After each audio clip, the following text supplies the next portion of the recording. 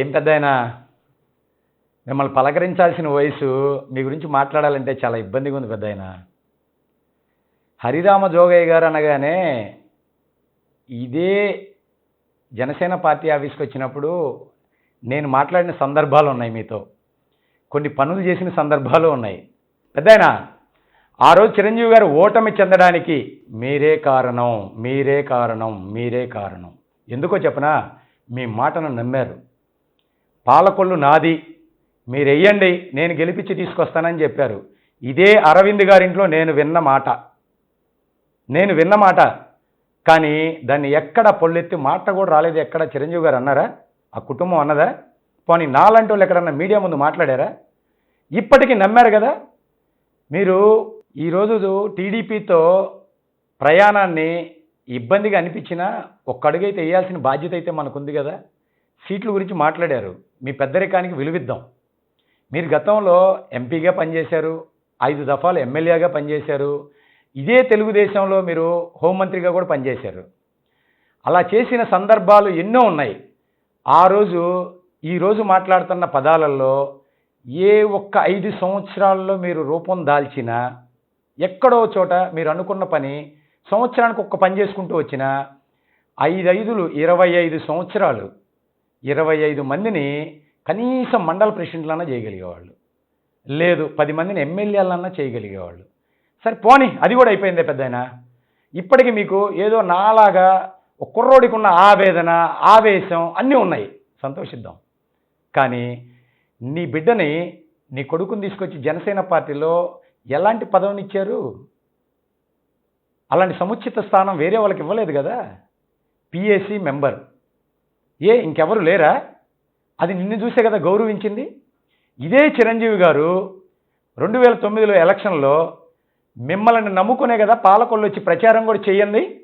మీరు ఆ రోజు మాట్లాడింది, నేను చిన్న కుర్రాడిని, అప్పుడు పెద్ద కొరపాడు నియోజకవర్గానికి పనిచేసిన వ్యక్తిని.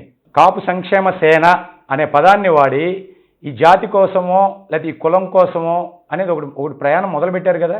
ఈ వయసులో మొదలుపెట్టిన మీతో ప్రయాణం చేస్తున్న ప్రతి ఒక్కళ్ళు ఎవరు? జనసేన ఉన్నవాళ్లే కదా. అదర్ కంట్రీస్లో ఉన్నోళ్ళు కూడా ఎవరు? ఇదే పార్టీకి చెందిన వాళ్లే కదా. నువ్వు ప్యారలల్గా ఇంకొక వ్యవస్థను తయారు చేస్తున్నా నొచ్చుకోకుండా నాయకుడు ఒక్క మాట మాట్లాడాడు. పనిలే పెద్దాయన మనకు తోడున్నాడు అనుకున్నాడు కదా. ఆ తోడులో మీకు ఇబ్బంది అనిపించినా ఒక్కడిగైతే ఆలోచించి మాట్లాడాలి కదా. వీలుంటే నీకు ఆరోగ్యం బాగోనప్పుడు హాస్పిటల్కి వచ్చి కూర్చొని మాట్లాడాడు కదా నే పెద్దాయన. ఆ గౌరవం ఏమైంది? ఆ గౌరవాన్ని ఎందుకు తీసుకోవట్లేదు మనం? వచ్చి నువ్వు మాట్లాడొచ్చు, లేదు సమయం తీసుకొని పాలకొల్లు వచ్చినప్పుడు, భీమవరం వచ్చినప్పుడు మాట్లాడొచ్చు కదా. లేదు, నీకు దగ్గరలో ఈరోజు ఒక కాన్స్టిట్యున్సీ అనౌన్స్ చేశారు కదా, నేను పోటీ చేస్తున్నాను పిఠాపురం అని, పెద్ద మనసుతో రావచ్చు కదా. అదే 4 గదుల మధ్య మాట్లాడితే అదే నాయకుడు ఒక నిర్ణయం తీసుకునేవాడేమో. ఆ నిర్ణయాన్ని ఎదుటి వ్యక్తులతో చేయించే బాధ్యతను తీసుకుంటాడేమో. ఇప్పుడు తీసుకోవడానికి కాదు, ఆ బాధ్యత ఆయనకు తెలుసు. ఆ బాధ్యతని 10 మందిలో పలసం చేస్తే ఎవరిని పలసం చేస్తున్నాం మనం? మనల్ని కాదు. నీ బిడ్డకిచ్చిన గౌరవాన్ని నువ్వు మిస్ చేసుకున్నావు కదా. మళ్ళీ నీకు ఇస్తున్న గౌరవాన్ని పోగొట్టుకోవడం మనకు అవసరమా? నీ మనవాడు లాంటి వాడిని, నాకు నీలాంటి వాడిని చూసి ఒక అడుగేద్దామా? పారిపోయి ఇంకొక రాష్ట్రం వెళ్ళి ఉద్యోగం చేసుకోమంటావా?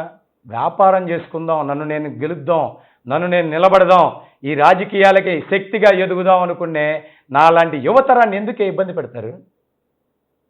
ఒకసారి నేను మాట్లాడింది నువ్వు ఒక్కడ వీడియో విను పెద్దాయన. మీరంటే గౌరవం ఉంది, మీ బాటలో మేము నడవాలనుకుంటున్నాం. వంగవీటి మోహన్ రంగా గారికి జరిగినప్పుడు మీకు ఈ సంఘటనలన్నీ తెలుసు కదా. ఆ రోజు మాట్లాడని వాళ్ళు ఈరోజు ఆ కథ గురించి చెప్తే అది బరువుగా తీసుకోమంటావా? బాధ్యతగా తీసుకొని కర్ర పట్టుకొని రోడ్డు ఎక్కమంటావా? ఈరోజు ఆ కర్రగా అది కావాల్సింది కార్యాచరణ.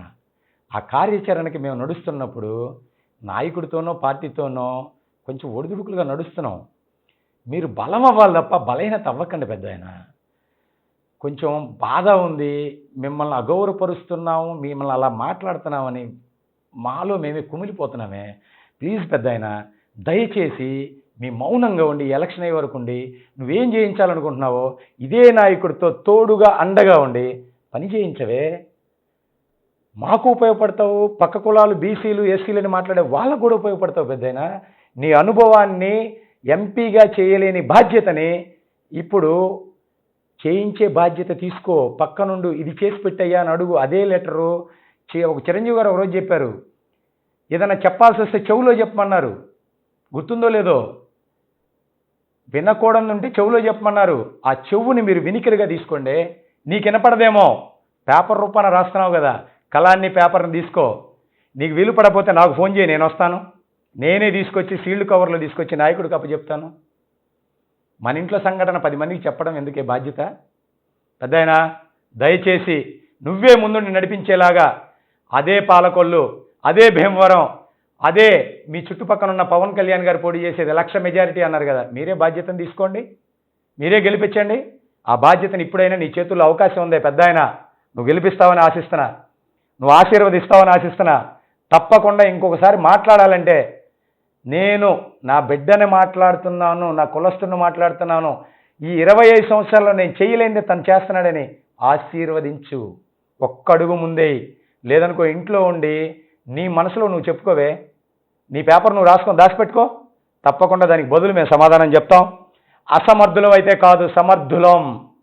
నా నాయకుడు ప్రయాణం అడుగడుగు పెరుగుతూ వెళ్తుంది తప్ప 6 అడుగులు దిగాడు అంటే, ఒక్క అడుగు అడిగిన చరిత్ర మీకు తెలుసు. వామనుడు వచ్చి ఏమడిగాడో, ఆ అడుగు కిందకి దిగాడని నువ్వు ఆలోచిస్తున్నావేమో. 6 అడుగులైతే ఉంది, తప్పకుండా ఇస్తాడు బదులు. ఒక్కసారి ఓపిక పట్టవే, ఓపిక పట్టు. నీకేం కావాలో మేము చూసుకుంటాం. ఇంటికి వచ్చి నీకు పలకరించే రోజు వస్తుంది. ఇదే గెలుపు నీ ఇంటి దాకా వస్తుంది.